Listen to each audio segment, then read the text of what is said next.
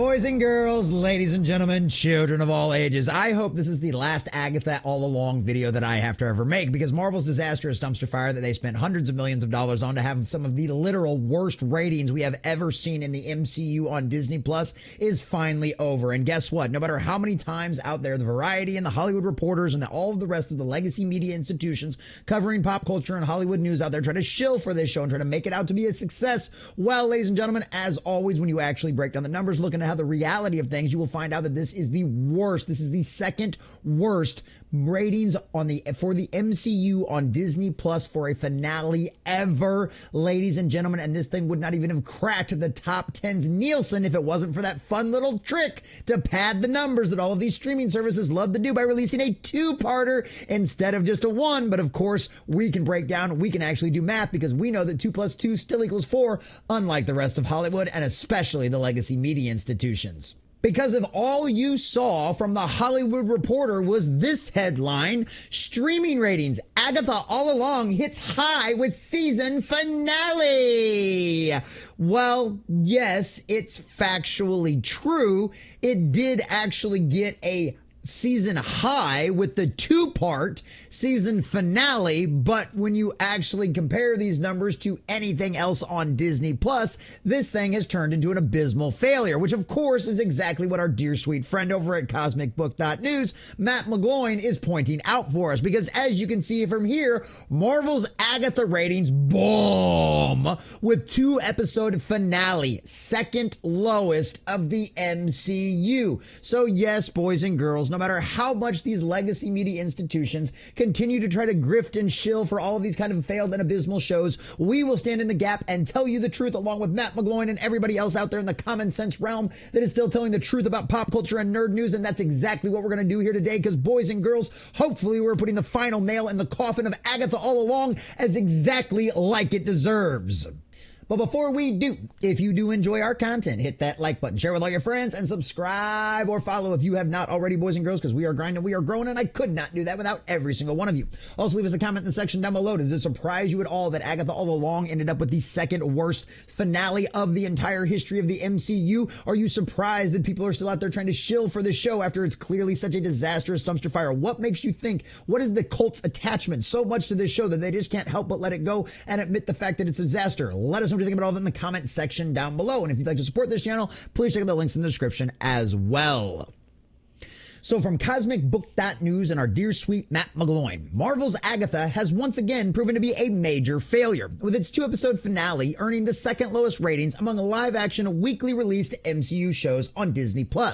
Agatha disappeared from the Nielsen ratings with episode 4 and again with episode 7. If not for the 2-episode finale, Agatha wouldn't have made it on the Nielsen charts. Now, of course, if all of you read was the legacy media, you'd have no idea that that was the case. The season finale of Agatha all along helped push the Marvel series to its best showing in the Nielsen streaming rankings. The Kathleen Hand-led show tallied 744 million minutes of viewing on Disney for the week of October 28th to November 3rd. The final 2 episodes of the season debuted on October 30th. That's by far the biggest total week for Agatha all along, beating the 426 million minutes for its premiere week by a 75% margin.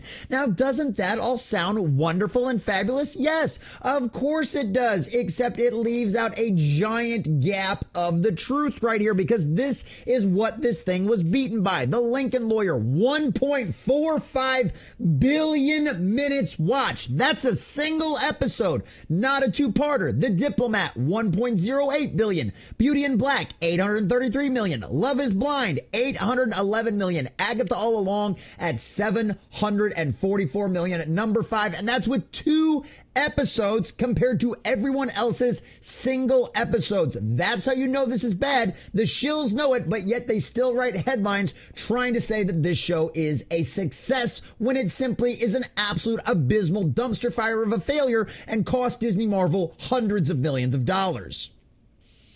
Agatha disappeared from the Nielsen's ratings with episode 4 and again with episode 7. If not for the 2-episode finale, Agatha wouldn't have made it on the Nielsen charts. Catherine Hahn also hinted there will be no season 2. They talked about this from the very beginning, that there was going to be no season 2 for this series. It was over, it was done, it was going to be a one thing, and that was it, and I think we're all very happy to hear that. Nielsen released its ratings for the week of October 28th to November 3rd, 2024, where Agatha makes the charts with 744.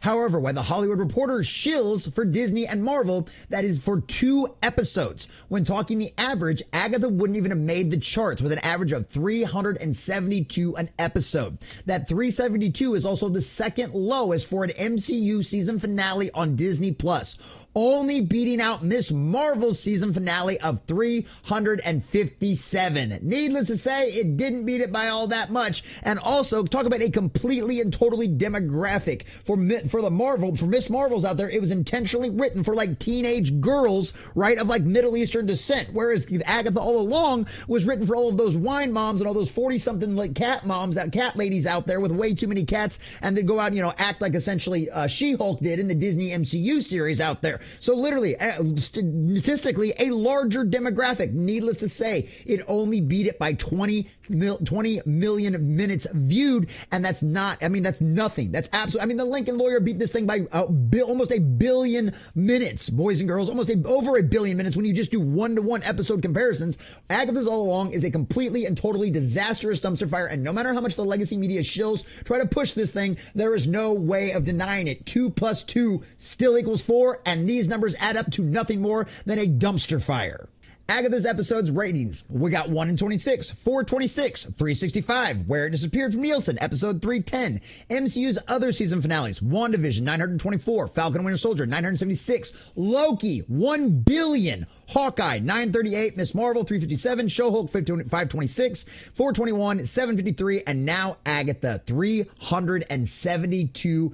Average 2-episode finale, boys and girls. There is no way in denying in any way, shape, or form, and any actual reality that is out there, that Agatha All Along has turned into Disney's latest dumpster fire over there at Marvel. And guess what? It's exactly what they do. Agatha All Along, whose genius idea was to make a show about that kind of character that wasn't even popular in the comics, certainly doesn't even look like her actual comic counterpart out there, and literally nobody cares in any way, shape, or form about this character or any of the rest of the characters in this series. This is going to go down as nothing more than an incredible, vain attempt from narcissist old woman inside of Disney Marvel out there that Kevin Feige decided to allow her to make a show. And guess what? We know what's happened to all of those people. Agatha All Along is just one more piece left over from the dark ages over there at Disney Marvel before Feige actually supposedly, allegedly, rumor seems to confirm all of that kind of stuff, fired all of the activist producers inside of Disney Marvel. So hopefully we never have to see the likes of Agatha All Along ever again. So, will the future of Marvel be bright after disastrous dumpster fires like Agatha All Along continue to reinforce the fact that going down this path and trying to make Marvel into a girls brand just is going to end up working just as well as it did for Star Wars?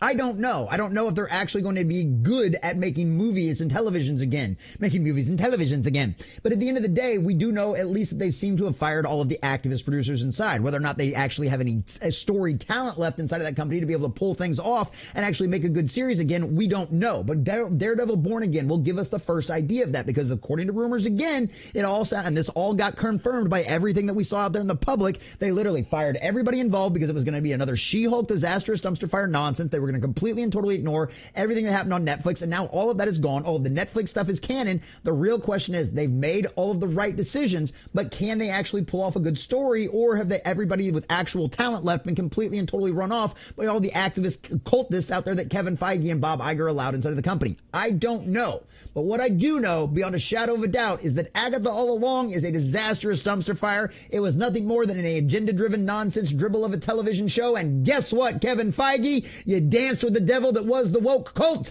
and now you've gotten burned once again.